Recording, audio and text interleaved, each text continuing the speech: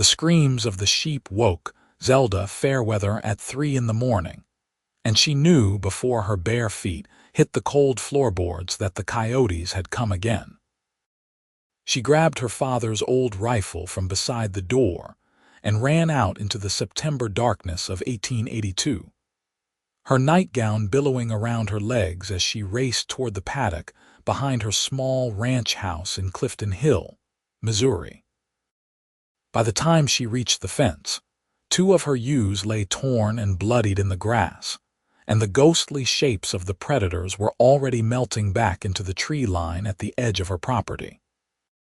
Zelda fired twice into the air, knowing it was useless but needing to do something, anything, to express the frustration that burned in her chest like hot coals. She was 22 years old and had been running this ranch alone for 8 months since her father died from pneumonia the previous winter. Every loss cut deeper now because she had no margin for error, no safety net to catch her when things went wrong.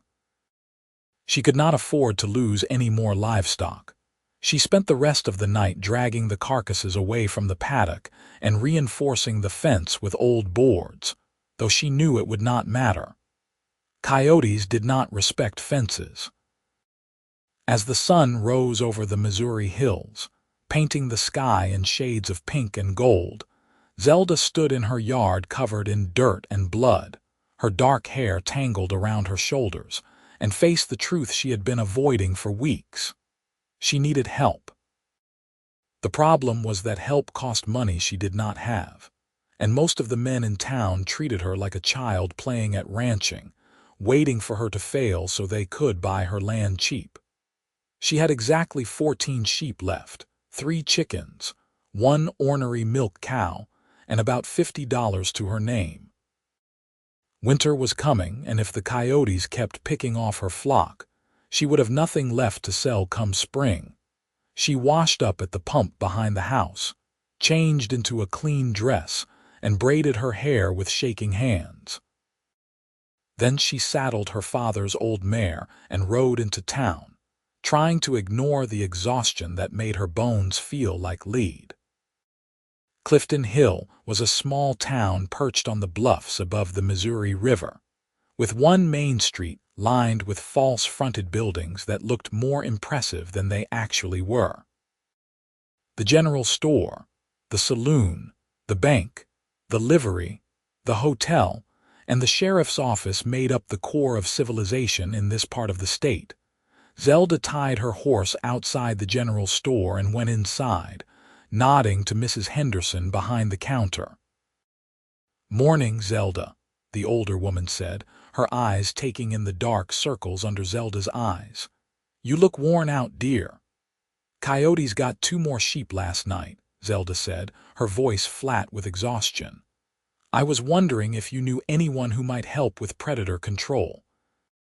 Someone who sets traps, maybe." Mrs. Henderson's expression shifted to something like pity, which made Zelda's spine stiffen. "Well, there's Boyd Zimmerman," she said slowly. "He's a trapper and tracker, been working up and down the river for the past few years. Just came through town yesterday, actually.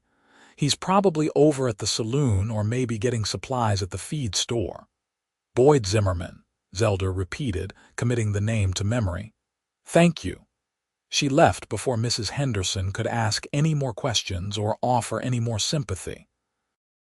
The feed store was across the street, a long building that smelled of grain and leather and animal sweat. Zelda pushed through the door and saw 3 men standing near the back, examining a display of new steel traps that gleamed in the morning light streaming through the window. 2 of the men she recognized as local ranchers, but the third was a stranger.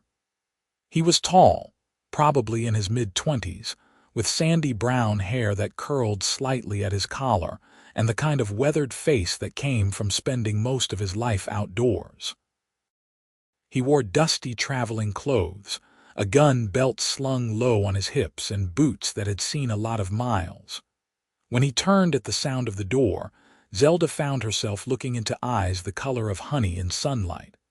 "Help you, Miss Fairweather?" the store owner called from behind the counter. Zelda walked toward the group of men, very aware that they were all watching her now.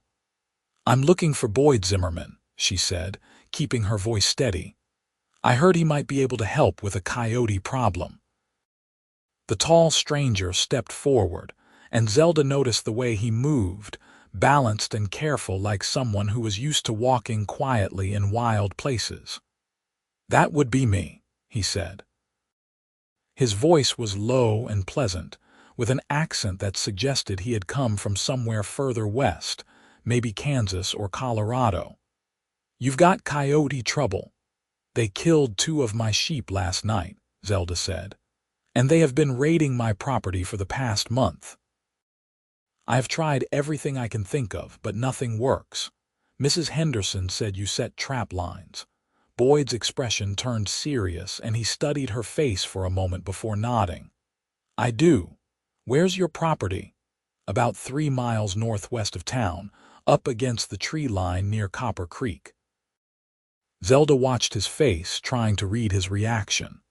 "It's not a big spread, just a small ranch, but it's all I have and I cannot afford to keep losing stock." One of the other ranchers, a heavy-set man named Tom Bradley, snorted. "You should sell out while you still can, girl.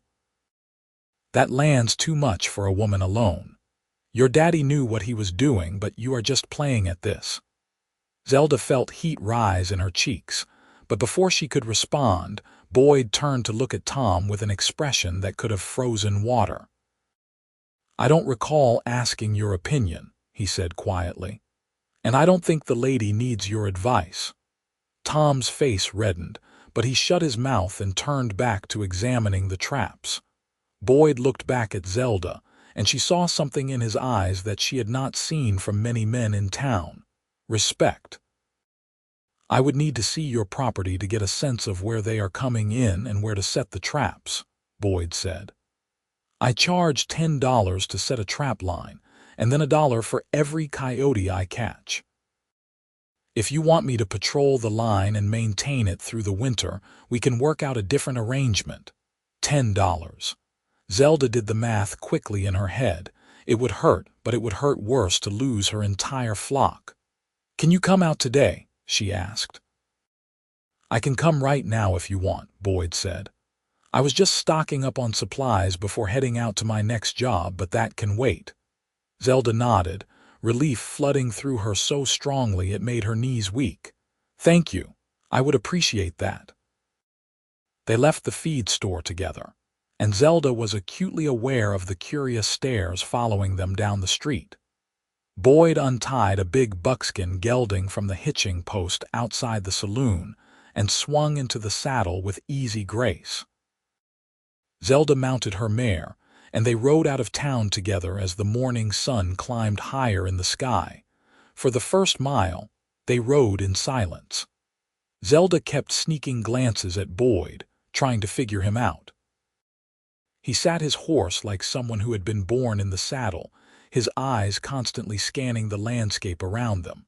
Finally, he looked over at her and said, "How long have you been running the ranch alone?" 8 months, Zelda said. "My father died last winter. It was just the 2 of us after my mother passed when I was 12, Boyd nodded slowly. "That's a lot to take on by yourself." "I do not have much choice," Zelda said, and she could not quite keep the defensive edge out of her voice. "I am not going to sell just because it's hard." "I was not suggesting you should," Boyd said mildly. "Just making an observation." They rode in silence for another few minutes, and Zelda felt embarrassed by her sharp response. "I am sorry," she said finally. "I am just tired of everyone in town treating me like I am going to fail any day now." "Small towns can be hard that way," Boyd said. "Everyone thinks they know what is best for everyone else." He paused, then added, "For what it is worth, I think it takes a lot of courage to do what you are doing." Something in his tone made Zelda look over at him, and she found him watching her with an expression that was almost admiring. She felt a flutter in her chest that had nothing to do with exhaustion and everything to do with the way his eyes caught the sunlight. "Thank you," she said quietly. When they reached her property, Zelda saw it through Boyd's eyes and felt a renewed sense of determination. The house was small but well built, with a good roof and a wide porch. The barn needed some repairs, and the fences could use reinforcing, but the land itself was beautiful. Rolling hills covered in prairie grass, with a clear creek running through the back section and plenty of timber for fuel and building. Her father had chosen well when he claimed this homestead 15 years ago. Boyd dismounted and spent the next hour walking the perimeter of her property, examining the ground, the fence lines, and the areas where the forest pressed close to her pastures. Zelda followed him, answering his questions about where she had seen the coyotes and where the attacks had happened. She tried not to notice the way his shoulders filled out his shirt, or the way his hands looked capable and strong when he knelt to examine tracks in the soft earth. "They are coming from at least 3 different directions," Boyd said finally, straightening up and brushing dirt from his knees. "You have got a whole pack working this area, probably 6 or 8 animals. They have figured out your sheep are easy pickings, and they will keep coming back until you make it not worth their while." "Can you stop them?" Zelda asked, trying to keep the desperation out of her voice. Boyd looked at her, and she saw understanding in his expression. "I can significantly reduce the problem," he said. "I will set a trap line around your whole property, focus on the main game trails they are using. It will take me a couple of days to get everything set up properly, but once the traps are in place and I start catching them, the pack will either move on or be eliminated." "A couple of days," Zelda repeated. "That is fine. I can pay you the $10 now and then pay per coyote as you catch them." Boyd shook his head. "Keep your money until I have got the trap set. No point in paying me if this does not work." He looked around the property again, his eyes thoughtful. "I am going to need to come back out here every day to check the trap line. It would be easier if I could camp somewhere on your property rather than riding back and forth to town." Zelda hesitated. Having a strange man camping on her property would certainly give the town gossip something to talk about, but she was past caring what people thought. "There's an old line shack about a quarter-mile up the creek," she said. "It is not much, but it has a roof and a stove. You are welcome to use it." "That would be perfect," Boyd said, and he smiled at her for the first time. It transformed his whole face, making him look younger and more approachable. Zelda felt her heart do something complicated in her chest. They rode up to the line shack together, and Zelda helped Boyd clear out the old leaves and debris that had accumulated inside. It really was not much, just one room with a small pot-bellied stove, a rough wooden bunk, and a table with 2 chairs. But it was dry and defensible, and Boyd seemed satisfied with it. "I will ride back to town and get my gear," he said. "I will be back before dark and start setting traps first thing in the morning." Zelda nodded. "Thank you, really. I know I probably seem desperate, but this ranch is all I have." Boyd looked at her seriously. "You do not seem desperate. You seem like someone who is fighting for what is hers. There is nothing wrong with that." After he left, Zelda walked back to her house in a daze. She told herself the fluttering feeling in her stomach was just relief at finding help with the coyote problem, but she knew she was lying. There was something about Boyd Zimmerman that called to something deep inside her, something she had not felt since before her father died. Maybe it was the way he treated her like an equal instead of a problem to be solved. Maybe it was the quiet competence he radiated, or the kindness in his eyes. Whatever it was, Zelda found herself looking forward to seeing him again with an anticipation that felt dangerous. She spent the rest of the afternoon doing chores and trying not to watch the road. She fed the chickens, milked the cow, and checked on the sheep, counting them twice to make sure none had wandered off. 14 sheep. It was a pitifully small flock, but they were hers, and she would fight for every single one. Boyd returned just as the sun was setting, riding up the creek path with his gear packed behind his saddle.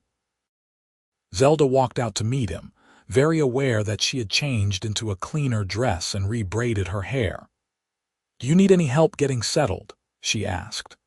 "I am fine, thank you," Boyd said, but he was smiling again, and Zelda felt warmth spread through her chest.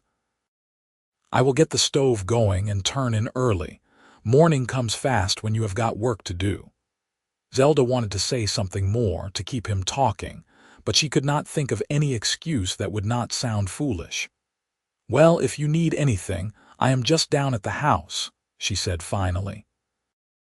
"I will keep that in mind," Boyd said, and there was something in his tone that made Zelda wonder if he felt the same pull she did.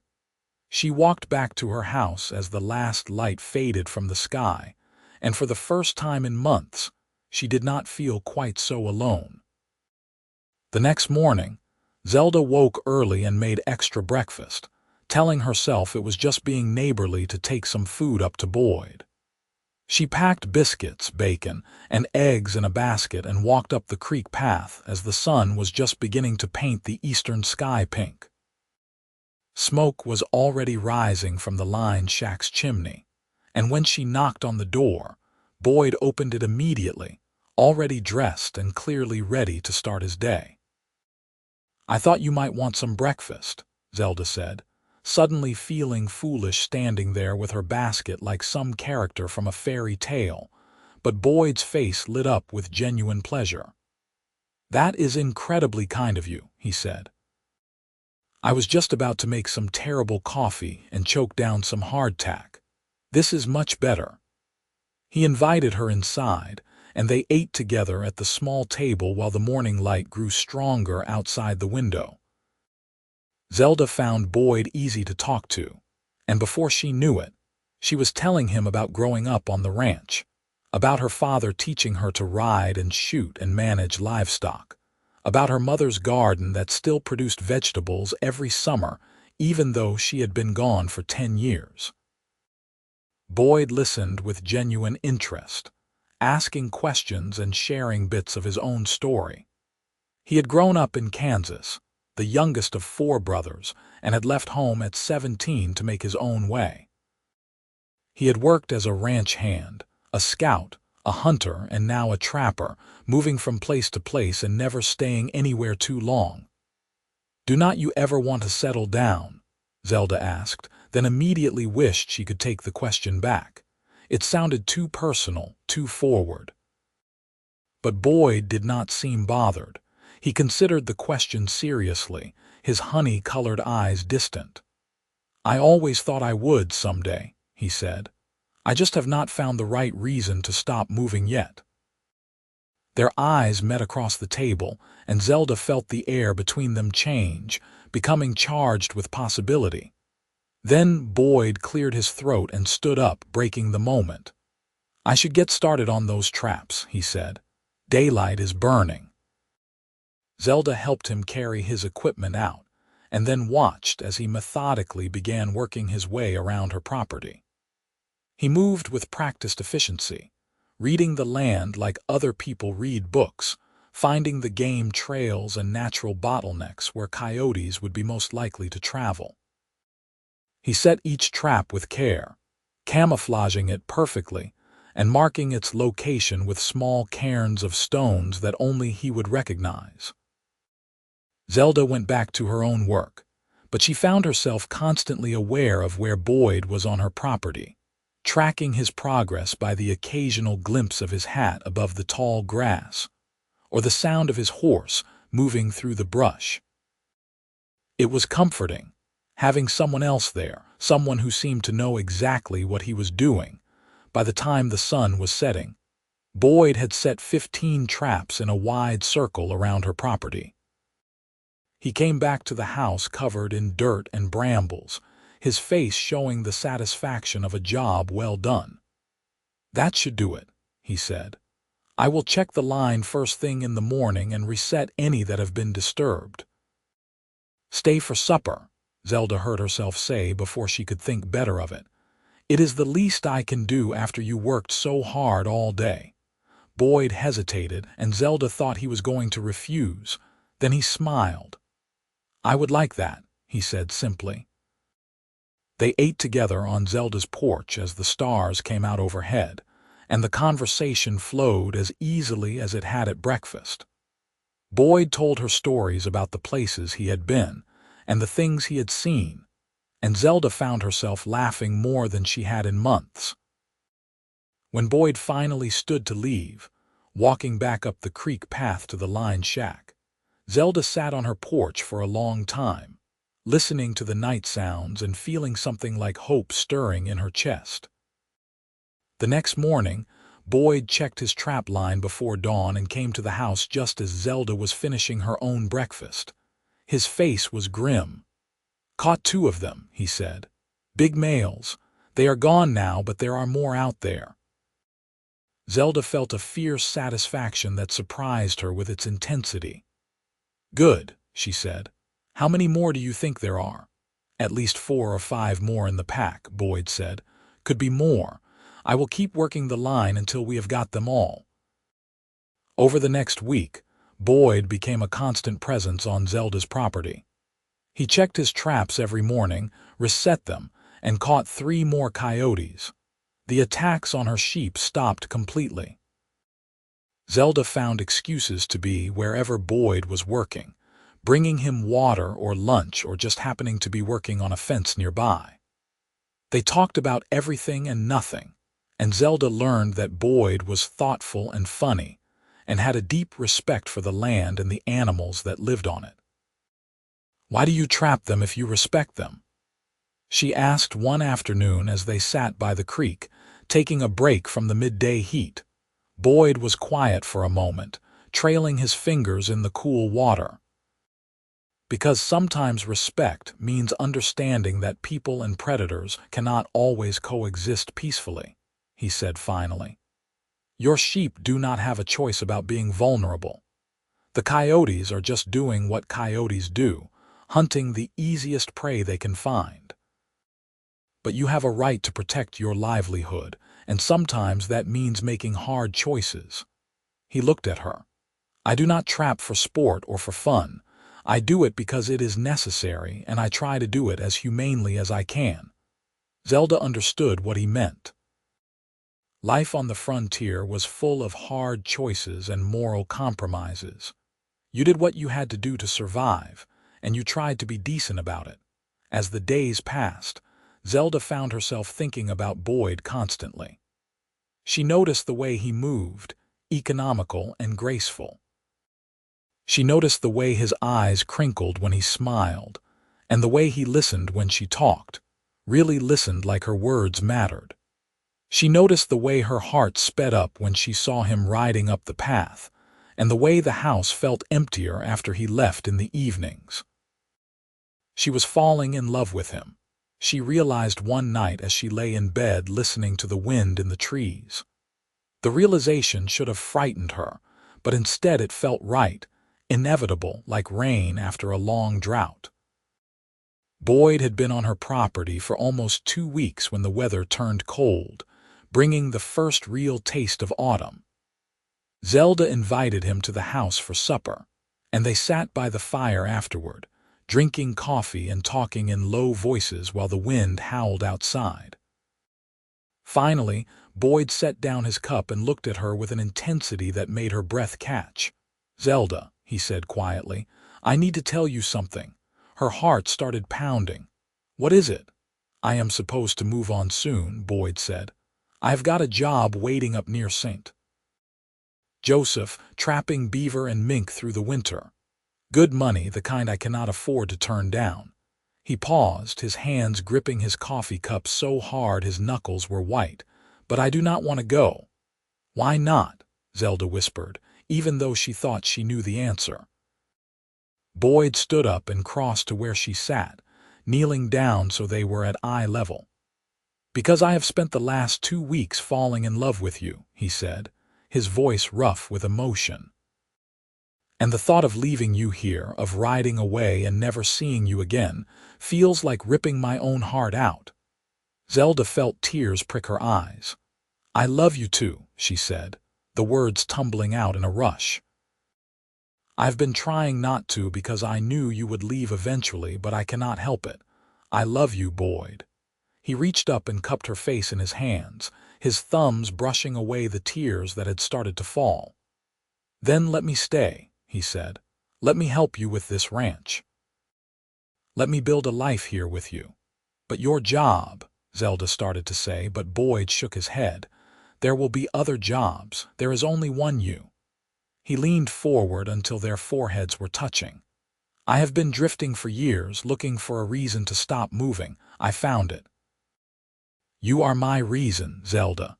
You and this land and the life we could build together." Zelda closed the distance between them and kissed him, pouring everything she felt into that kiss. Boyd wrapped his arms around her and pulled her close, and Zelda felt like she was finally home after a long journey. They sat by the fire for hours, making plans and dreaming out loud about the future. Boyd would stay and help her build up the ranch.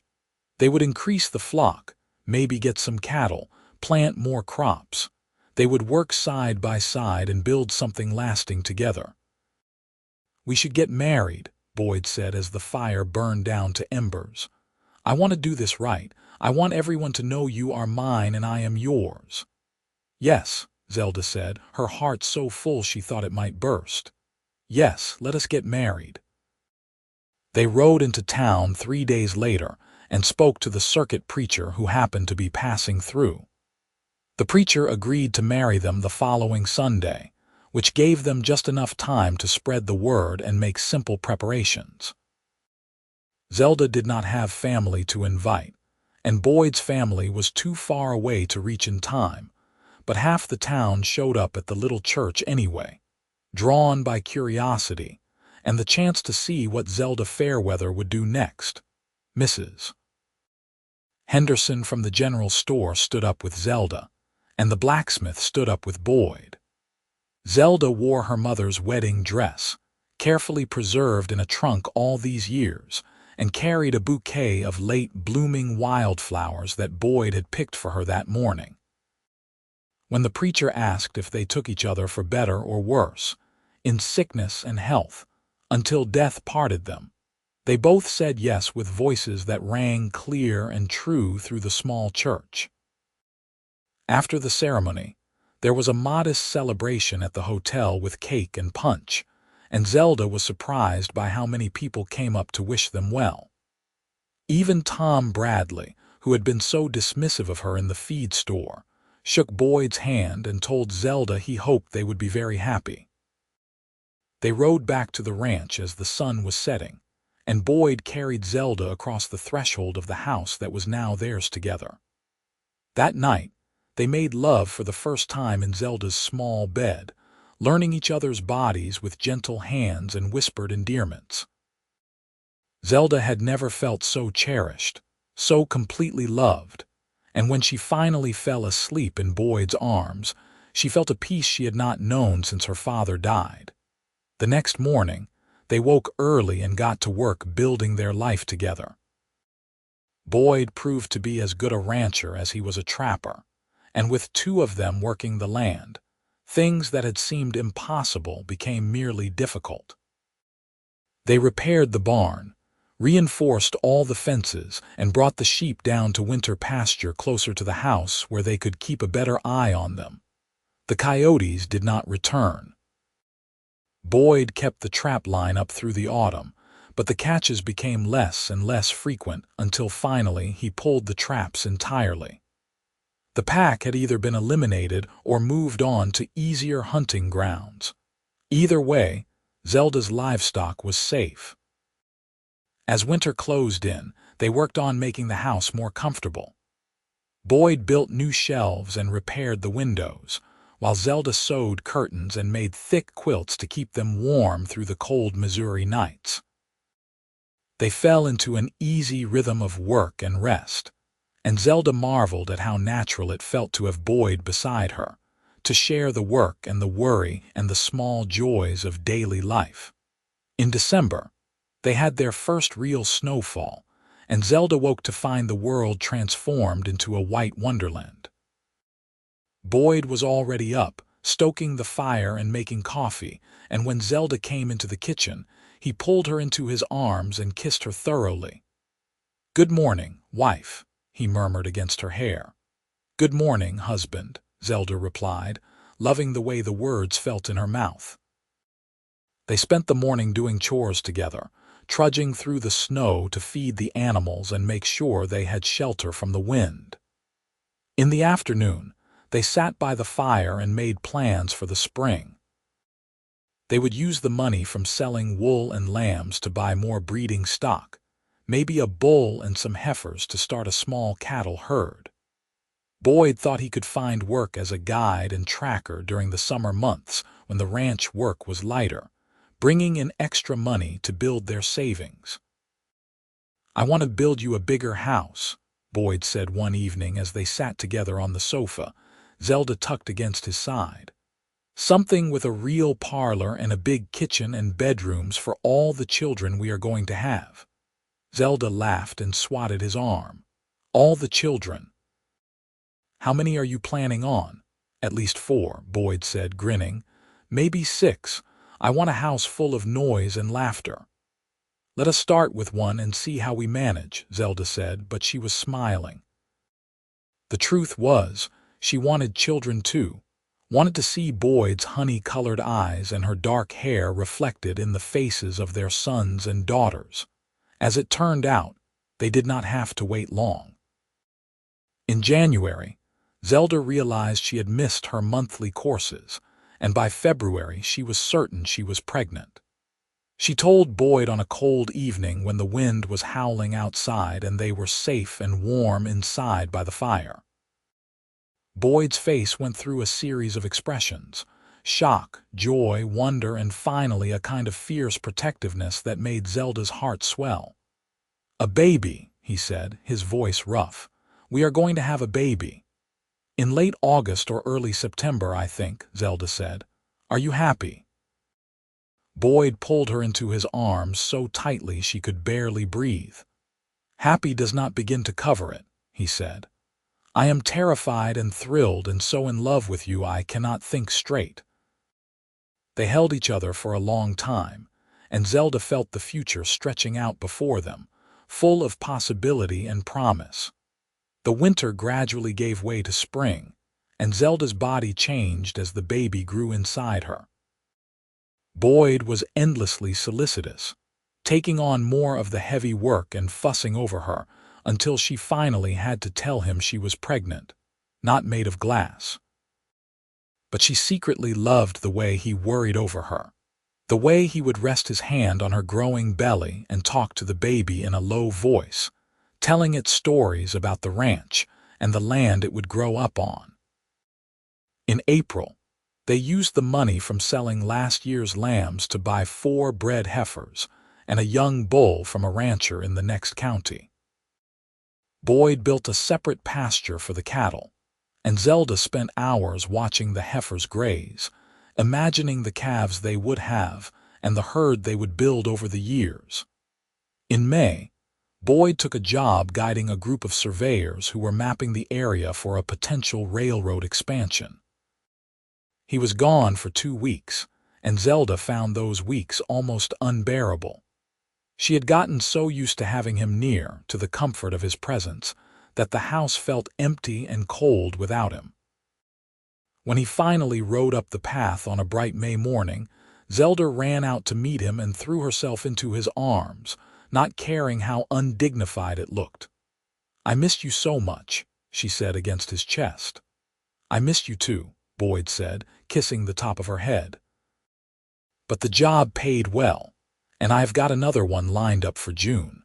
We will have enough money by winter to start building that bigger house." True to his word, Boyd took another guiding job in June, this time leading a hunting party for a wealthy man from St. Louis who wanted to shoot deer and wild turkey. He was gone for 10 days, and when he came back, He brought Zelda a length of beautiful blue fabric and a set of silver hair combs. "For you," he said, presenting them with a flourish. "The man I was guiding gave me a big tip, and I wanted to buy you something special." Zelda cried, which she seemed to do at the slightest provocation these days, and hugged Boyd until he laughed and said she was going to squeeze the life out of him. Summer settled over the Missouri hills, hot and humid, and Zelda grew bigger and more uncomfortable. She could no longer ride her horse or do the heavier chores, so she focused on the garden and the chickens and cooking meals for Boyd, who worked from dawn to dark every day. In the evenings, they would sit on the porch and watch the sun set, Boyd's hand resting on Zelda's belly, feeling the baby kick and move. "What should we name it?" Boyd asked one evening. "If it is a boy, I want to name him after my father," Zelda said. "James." "We could call him Jamie when he is little." "James Zimmerman," Boyd said, trying it out. "I like it. What about if it is a girl?" Zelda thought about it. "What was your mother's name?" "Catherine," Boyd said, "but everyone called her Kate." "Kate Zimmerman," Zelda said. "That is perfect." In early August, Zelda started having false labor pains that sent Boyd into a panic. He rode to town and brought back the midwife, a capable woman named Sarah who examined Zelda and told her it was just her body preparing for the real thing. "Could be tomorrow, could be 2 weeks from now," Sarah said cheerfully. "Babies come when they are ready and not before. Just take it easy and send your man to fetch me when the real pains start." The real pains started on a hot August afternoon when Zelda was hanging laundry on the line behind the house. She felt the first contraction like a band tightening around her middle, and she knew immediately that this was different from the false pains. She made it back into the house and was trying to decide whether to walk up to the field where Boyd was working when another contraction hit, stronger this time. Boyd came in for a drink of water and found her leaning against the kitchen table, breathing hard. His face went pale. "Is it time?" "Yes," Zelda managed to say. "Go get Sarah." Boyd ran for his horse like the devil was chasing him, and Zelda would have laughed if another contraction had not stolen her breath. She made it to the bedroom and changed into a nightgown, then settled on the bed to wait. Sarah arrived less than an hour later with Boyd right behind her, and she shooed him out of the room over his protests. "This is women's work," Sarah said firmly. "You go boil water and make yourself useful, and I will call you when there is something to see." The labor lasted through the afternoon and into the evening. Zelda had known it would hurt, but nothing had prepared her for the reality of it. The way the pain came in waves that left her gasping and shaking. Sarah was a calm, competent presence, coaching her through the contractions and telling her when to push. Finally, as the sun was setting and painting the bedroom walls gold, Zelda gave one final push and felt the baby slip free. Sarah caught it, and there was a moment of terrifying silence before the baby let out a loud, indignant wail. "It is a boy," Sarah said, laughing. "A big, healthy boy with a good set of lungs on him." Zelda collapsed back against the pillows, exhausted and elated. Sarah cleaned the baby and wrapped him in a soft blanket, then placed him in Zelda's arms. He was red-faced and wrinkled, with a shock of dark hair and eyes that would probably turn the same honey color as his father's. "Hello, Jamie," Zelda whispered, touching his tiny hand. His fingers wrapped around hers with surprising strength, and she felt love wash over her so powerfully it brought tears to her eyes. Sarah went to the door and called for Boyd, who burst into the room like he had been shot from a cannon. He stopped beside the bed, staring down at Zelda and the baby with an expression of absolute wonder. "We have a son," Zelda said softly. "James Boyd Zimmerman. Jamie." Boyd sank to his knees beside the bed and reached out with one shaking hand to touch the baby's head. "He is perfect," he said, his voice thick with emotion. "You are both perfect." Sarah left them alone, and Boyd climbed carefully onto the bed beside Zelda, wrapping his arm around both of them. They stayed like that for a long time, watching their son sleep and marveling at the miracle of his existence. "Thank you," Boyd said finally, "for this, for him, for everything." "We made him together," Zelda said, leaning her head against Boyd's shoulder. "We are a family now." "A family," Boyd repeated, like he was testing the word. Then he smiled, that brilliant smile that still made Zelda's heart skip a beat. "I like the sound of that." The next few weeks were a blur of sleepless nights and constant feeding, but Zelda had never been happier. Boyd was a devoted father, walking the floor with Jamie when he cried at night and changing diapers without complaint.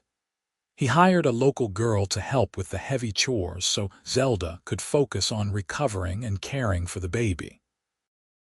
In September, when Jamie was a month old, Boyd started work on the new house. He hired a crew of carpenters from town, and they began clearing the site on a pretty rise about 100 yards from the old house. Zelda would sit on the porch with Jamie in her arms and watch the framework go up, imagining what it would be like to live in a real house with separate rooms and glass windows, and a kitchen big enough to cook for a family. The house was finished by Christmas, a beautiful 2-story structure with a wide porch and a steep roof to shed snow. Boyd had built it with love and care, installing all the little touches that would make it a home. A window seat in the parlor where Zelda could read, shelves for her books, a big fireplace with a carved mantel, and upstairs, 4 bedrooms for the children they hoped to have. They moved in on New Year's Day of 1884, carrying their belongings from the old house to the new one. Boyd carried Zelda over the threshold again, this time with Jamie in her arms, and they stood in the empty parlor and looked around at the space they would fill with their lives.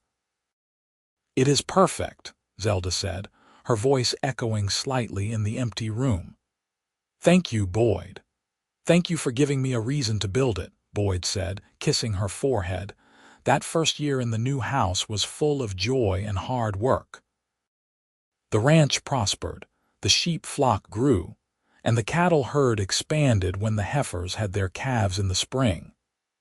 Boyd took guiding jobs during the slow seasons, building their savings until they had a comfortable cushion against disaster. Jamie grew from a tiny baby into a chubby toddler with his father's eyes and his mother's determination, getting into everything and keeping them both on their toes. In the fall of 1884, Zelda discovered she was pregnant again. This time the pregnancy was easier, maybe because she knew what to expect, and in June of 1885 she gave birth to a daughter they named Catherine, called Katie from the start. She had Zelda's dark hair and Boyd's honey eyes, and her brother Jamie was immediately smitten with her. The years rolled by, full and rich. In 1887, Zelda gave birth to twin boys, Daniel and David, who looked so much alike even she sometimes had trouble telling them apart. Boyd built an addition onto the house to accommodate the growing family, adding 2 more bedrooms and a bigger kitchen. The ranch continued to grow and prosper. They added more cattle, bought a pair of good horses for breeding, and planted an orchard of apple and pear trees that would provide fruit for years to come.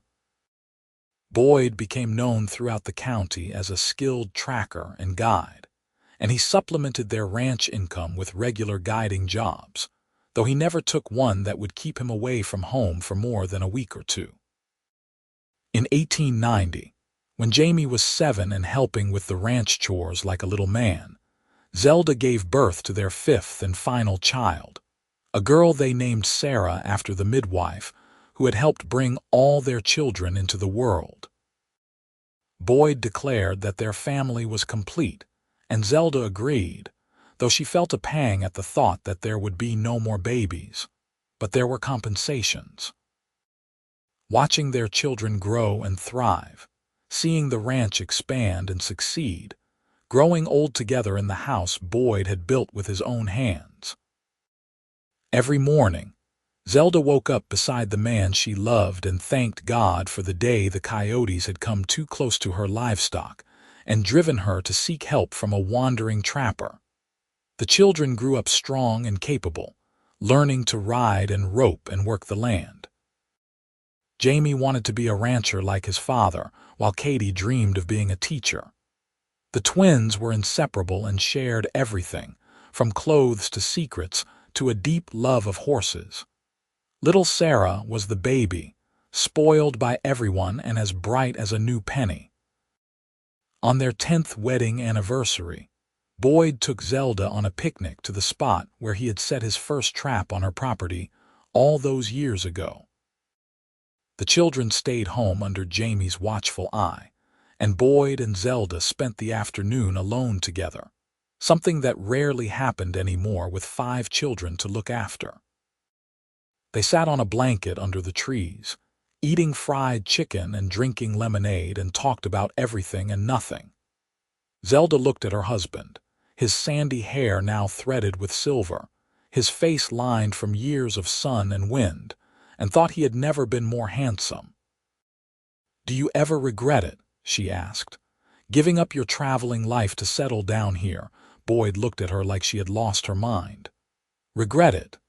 Zelda, you and the children and this ranch are the best things that ever happened to me. I spent years wandering around looking for something I could not even name, and then I found it right here."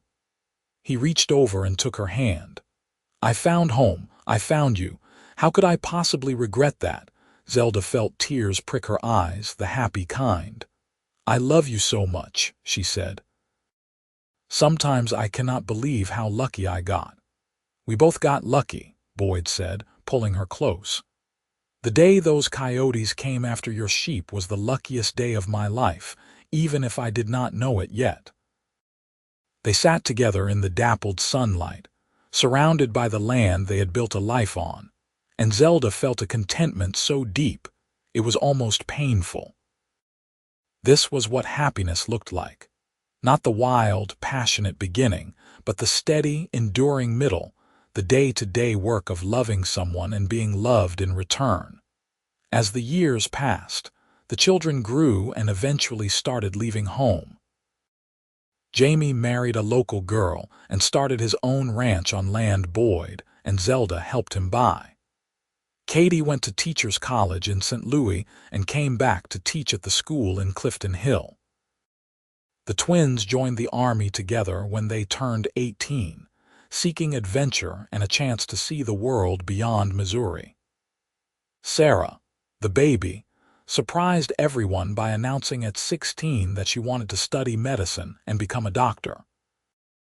Boyd and Zelda supported all of them, even when their choices were unconventional or difficult. They had learned from their own lives that happiness came from following your heart, even when it led you down unexpected paths. In 1900, when Zelda was 40 and Boyd was 43, they became grandparents for the first time when Katie gave birth to a daughter. Holding that tiny baby girl in her arms, Zelda felt the circle of life completing itself, and she understood in a new way the depth of her parents' love for her. The ranch continued to thrive, now one of the most successful in the county. They had built something lasting, something that would endure long after they were gone. The house Boyd had built was full of memories. Children's laughter echoing through the rooms, Christmas mornings with presents under the tree, Sunday dinners with the whole family gathered around the big table, birthday parties and celebrations, and all the ordinary moments that made up a life. On a crisp October evening in 1905, Boyd and Zelda sat on their porch watching the sun set over the land they loved. They were in their mid-60s now, their children grown and scattered, but still healthy and active. The ranch was run mostly by hired hands these days, though Boyd still did light work and Zelda still kept her garden. "We have had a good life, have we not?" Boyd said, reaching over to take Zelda's hand. "The best," Zelda agreed. Better than I ever dreamed possible when I was a scared young woman alone on this ranch, losing sheep to coyotes and wondering how I was going to survive. You would have survived without me, Boyd said. You are the strongest person I have ever known. Maybe, Zelda said. But I would not have been happy. You gave me that, Boyd. You gave me love and partnership and a family and a life worth living. Boyd lifted her hand to his lips and kissed it. And you gave me a home, he said simply. You gave me a reason to stop running and a place to belong. Everything good in my life started the day I met you. They sat in companionable silence as the stars came out, two people who had found each other against all odds and built something beautiful together. The coyotes had long since moved on to other hunting grounds, but Zelda would always be grateful to them for bringing Boyd into her life. In the end, that was what mattered. Not the hardships they had faced or the obstacles they had overcome, but the love they had shared and the family they had created. They had started with nothing but determination and a trap line, and they had built a legacy that would last for generations. As the night deepened and the air grew cool, Boyd and Zelda went inside their house, the house that love had built, and closed the door on another perfect day. Outside, the Missouri hills rolled on into darkness, unchanged and unchanging, witness to the love story that had unfolded on their slopes. Their children came home for holidays and special occasions, bringing their own children and filling the house with noise and chaos and joy.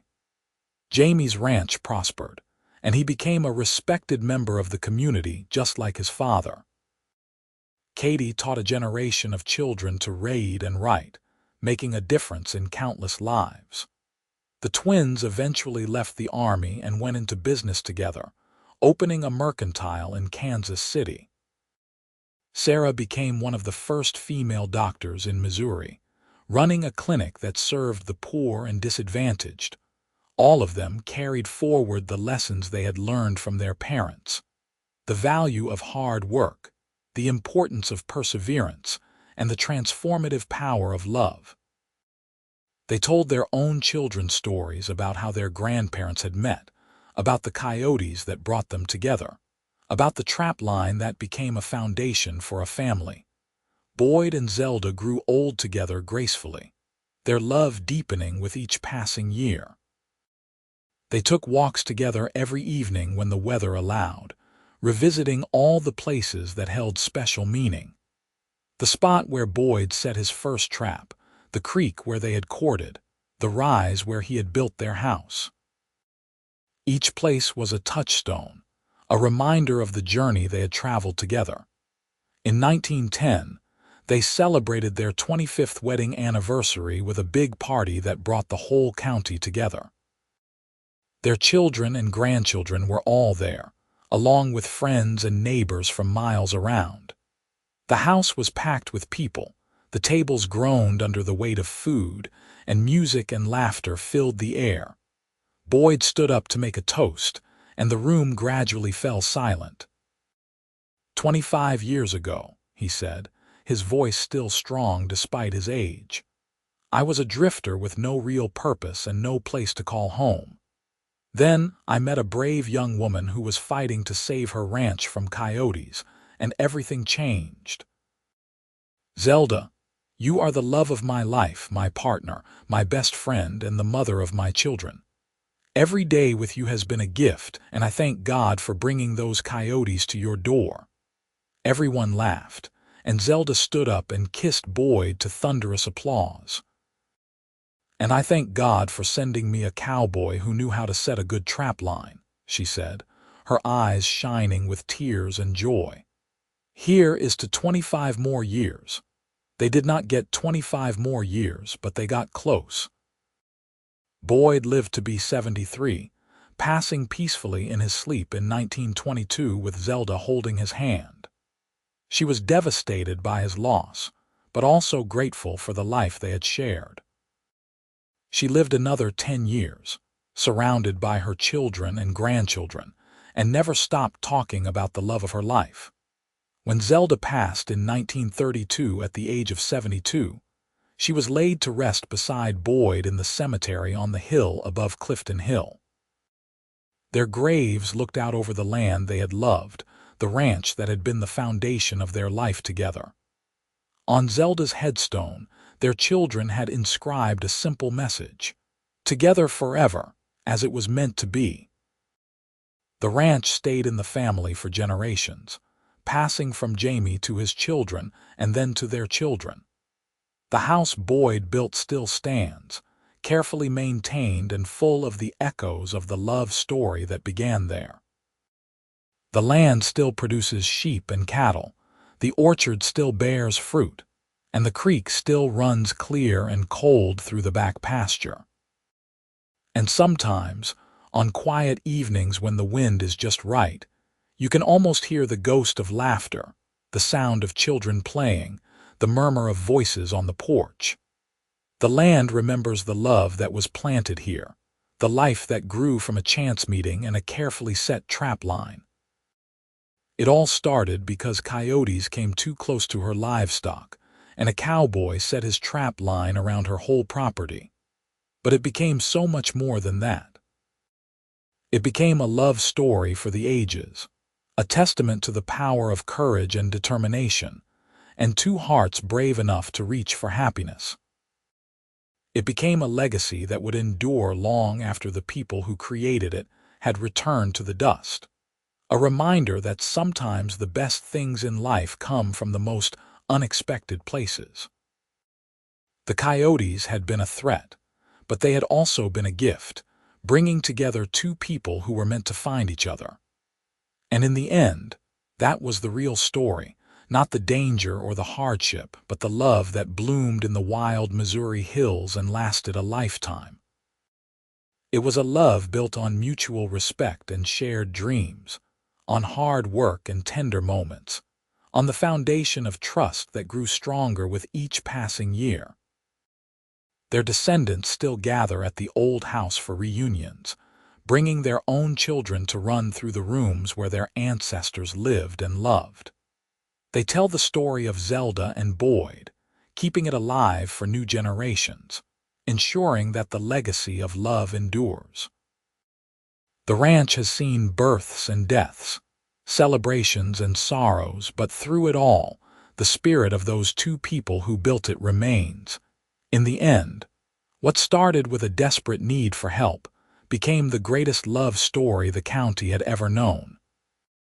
Zelda Fairweather had been alone and afraid, facing the loss of everything she held dear. Boyd Zimmerman had been rootless and searching, looking for a place to belong.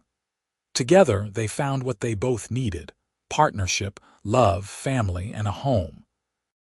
The trap line that Boyd set around Zelda's property all those years ago was meant to catch coyotes, but it caught something far more precious. It caught the possibility of a future neither of them had dared to dream of. It caught hope and healing and happiness. And most importantly, it caught two hearts that were meant to beat as one. Their love story became legend in Clifton Hill, Missouri, passed down through generations as an example of how love can transform lives and create something lasting and beautiful.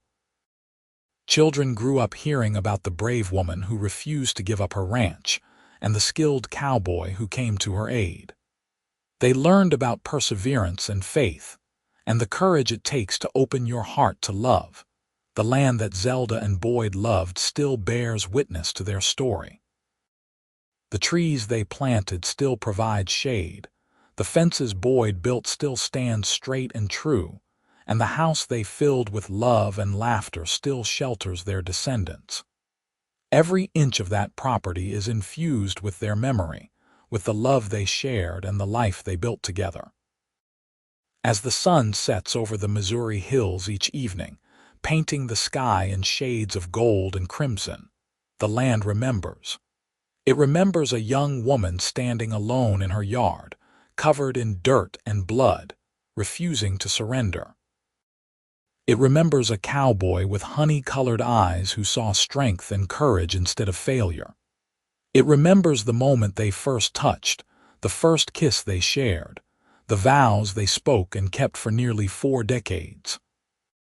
The story of Zelda and Boyd is a reminder that love can grow in the most unlikely circumstances, that sometimes our greatest blessings come disguised as problems we need to solve. Those coyotes that threatened Zelda's livestock were the catalyst for a love story that would span decades and touch countless lives. The trap line that Boyd set with such care caught more than predators. It caught the threads of 2 lives and wove them together into something beautiful and enduring. Their great-great-grandchildren still work the ranch, still walk the land their ancestors loved, still feel the presence of that great love in every sunset and every morning breeze. They know the story by heart, have heard it told so many times it feels like their own memory. And they understand, in a way that only comes from living on land steeped in history, that some love stories never really end. They just transform, becoming part of the landscape, woven into the very fabric of the earth. So when the coyotes howl in the hills above Clifton Hill, as they still do on moonlit nights, the sound carries a different meaning now. It is not just a warning or a threat, but a reminder of how unexpected events can change the course of a life. It is a celebration of the love that grew from adversity, the family that sprang from courage, and the legacy that endures because 2 people were brave enough to reach for happiness, when it appeared in the guise of a cowboy and a trap line. Zelda and Boyd's love story is proof that sometimes the universe conspires to bring the right people together at exactly the right moment. It is evidence that courage and determination can create miracles, and that the greatest adventures often begin with the smallest acts of faith. Their story reminds us that love is not just about grand gestures and dramatic moments, but about the quiet everyday choice to stand together, work together, and build something lasting together. The ranch stands as a monument to that truth, every fence post and barn beam a testament to the love that built it. The children and grandchildren and great-grandchildren who bear their names carry forward their legacy, living proof that love multiplies and endures. And somewhere, in whatever lies beyond this life, Zelda and Boyd are together still, watching over the land they loved and the family they created, their love as strong and true as it was on that September morning in 1882, when their eyes first met and their hearts recognized home.